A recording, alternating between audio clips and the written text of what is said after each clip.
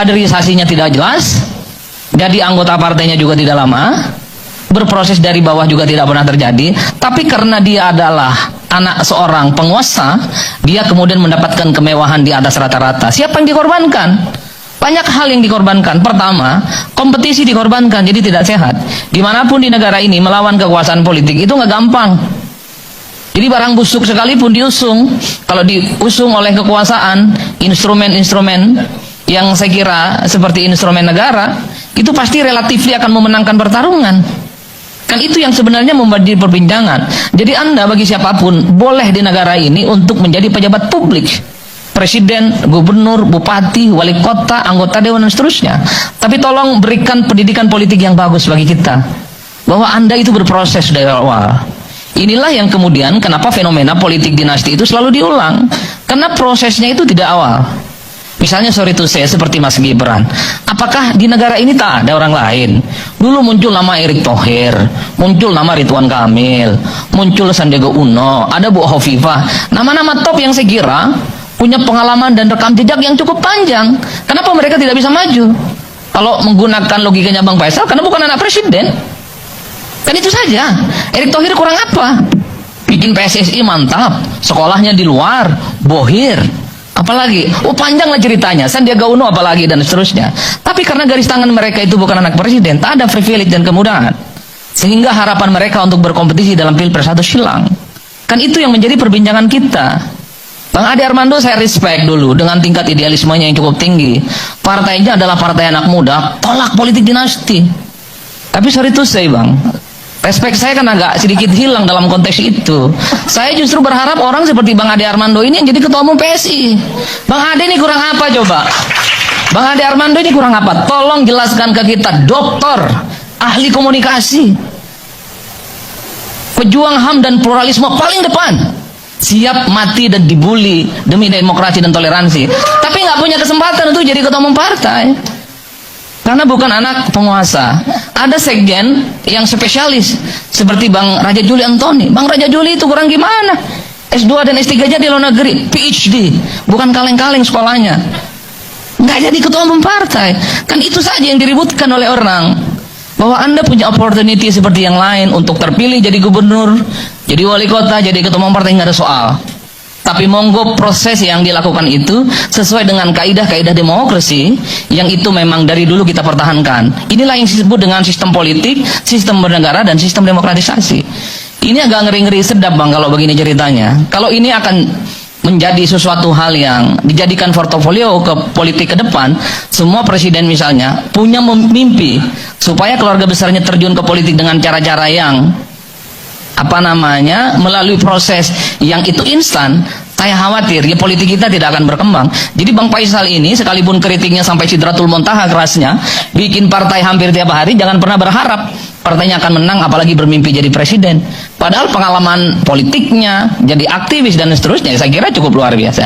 Jadi hal-hal yang semacam inilah sebenarnya secara kritikal tanpa henti harus kita bicarakan. Saya kebetulan ngajar perilaku pemilih, partai politik dan pemilu. Pertanyaan mahasiswa hampir sama. Untuk apa Pak kita berdiskusi ini di ruang kelas? Enggak ada gunanya kalau para elit dan politisi tidak pernah menjalankan apa yang kita pelajari di kelas. Hopeless mereka. Karena at the end of the day-nya bagi mereka, power, penguasa dan kekuasaan menjadi kunci dan instrumen untuk memenangkan pertarungan politik di negara ini. Jadi kasihan anak-anak yang selama ini punya mimpi besar untuk jadi gubernur, bupati, wali kota, apalagi mimpi jadi presiden Bang. Sudahlah ke laut aja. Kalau kemudian masih banyak orang yang mengkonfirmasi apa yang terjadi di negara ini soal kemudahan anak kekuasaan itu untuk menjadi pejabat publik, sesuatu hal yang lumrah. Ini yang saya kira akan merusak bagaimana tatanan-tatanan demokrasi dan sistem kepartaian kita akan rusak secara umum. Nah, yang kedua yang saya khawatirkan, kalau kita melihat tren-tren survei, kenapa party ID kita rendah dari dulu ya? Dulu kan variabelnya banyak. Kenapa orang malas berpartai? Karena partai ini dianggap kerjanya 5 tahun sekali. Partai itu ujung-ujungnya hanya mengejar kekuasaan. Teman-teman, kembali lagi bersama saya di channel ini. Salam NKRI harga mati. Nah teman-teman, dalam video ini ada sebuah cuplikan lagi dari Bung Adi Prayitno lagi mengatakan bahwa pedas Adi Prayitno mempermalukan Gibran hanya karena anak presiden. Saya akan membacakan beberapa komentar mengenai hal tersebut ya teman-teman, yang dimana lagi trending sekali mengenai tentang Gibran yang sekarang menjadi wakil presiden, yang banyak banget pro dan kontranya dengan apa yang dia lakukan ya teman-teman. Adi Prayitno, pengamat politik yang cerdas, pejuang demokrasi yang gigih, mantap bang pencerahan untuk demokrasinya ke depan. Mas Adi Prayitno memang gentleman, hebat berani kupas tuntas kelakuan sang mantan, tapi sayang yang dikritik sudah kehabisan rasa malu. Kalau memilih atau menjadikan seseorang haruslah sesuai dengan pendidikan. Rekam jejaknya yang memang pantas untuk dipilih, tapi bukan karena seseorang yang sedang berkuasa. Betul sekali Bang Adi Prayitno, kalau jalan yang ditempuh sudah tidak benar karena nabrak konstitusi, kedepannya juga akan menghasilkan yang tidak benar pula. Saya rakyat kecil melihat hal ini terjadi. Mungkin banyak orang-orang cerdas merusak aturan berpolitik demi mencapai tujuannya. Bandingkan skill Gibran dengan Adi Prayitno, keren yang mana? Pola pikirnya. Mantap sekali penjelasan dari Mas Adi Prayitno, masuk akal dengan penjelasannya. Jokowi tidak memikirkan rakyat, tapi hanya memikirkan keluarga sampai anak-anak menantunya.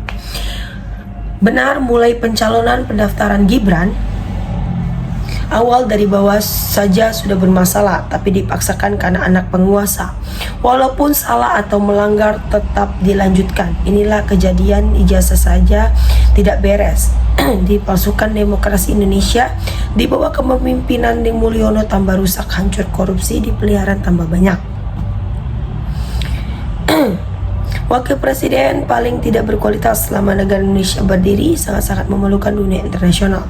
Hajar Pak Prabowo untuk yang berpasangan dengan Gibran untuk menjadi seorang presiden, akhirnya bisa tulus, tapi sayang Gibran untuk mencalonkan diri sebagai wakil presiden melanggar konstitusi sehingga terkesan rusak citra pemerintahan Pak Prabowo. Cakep Mas Adi Prayitno kritiknya, makanya kita harus introspeksi diri. Kalau kita nggak mampu untuk jadi pimpinan, jangan paksakan dari akhir pidato pun jadi ketahuan. Orang Indonesia ini masih banyak orang yang lebih pintar. Apa yang disampaikan argumen politiknya tepat sekali, sesuai dengan fakta, tidak ada kepentingan apapun. Semoga penjelasan Bang Kak Adi Prayitno jadi edukasi untuk kepentingan bangsa tercinta. Tapi pemujanya Samsul terbalik secara berpikir, belum sadar kalau negeri ini menjunjung tinggi demokrasi. Kalau cuma modal anak penguasa, kualitasnya belum tentu bagus, patut dipertanyakan. Saya pribadi kalau menilai Gibran belum waktunya untuk memimpin negara. Yang jelas kelasnya masih di kelas sebagai RT, RW, betul.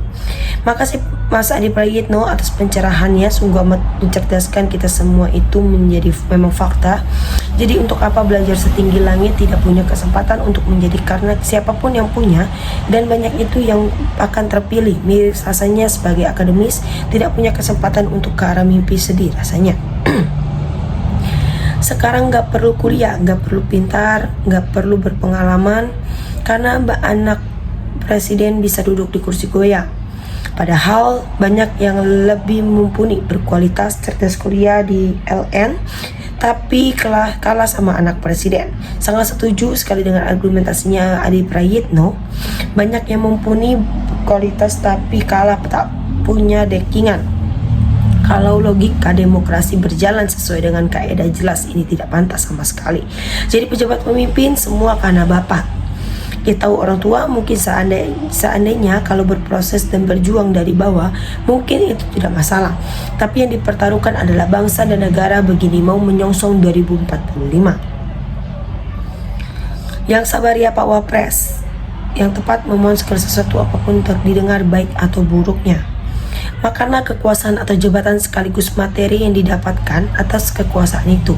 Tapi apakah enak bahagia dengan kekuasaan itu jika siang malam selalu dibully, diolok-olok, dihujat, dan juga diingat banyak doa-doa rakyat yang tidak mampu bersuara mendoakan yang tidak baik karena kekuasaan diraih oleh karena KKN yang tingkat tinggi dari orang tua dan paman yang lagi berkuasa, bukan karena berkompetensi, skill, akhlak maupun wibawa atau karisma sebagai pemimpin. Saya sebagai rakyat Indonesia merasa malu dengan negara-negara tetangga mempunyai wakil presiden yang tak berintegritas. Yang salah bukan Gibran, tapi partai politik. Parpol kerjaannya selama ini akan cari posisi dengan mendukung yang kemungkinan menang. Ini masalahnya suka atau tidak suka, jangan menggunakan kekuasaan. Harusnya dalam mengangkat pejabat negara, jangan coba-coba untuk mengorbankan anak bangsa yang punya kemampuan dan punya kepemimpinan yang baik.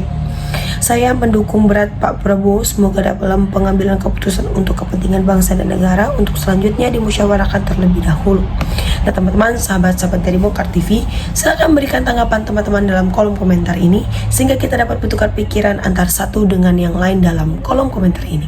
Terima kasih teman-teman, salam NKRI harga mati.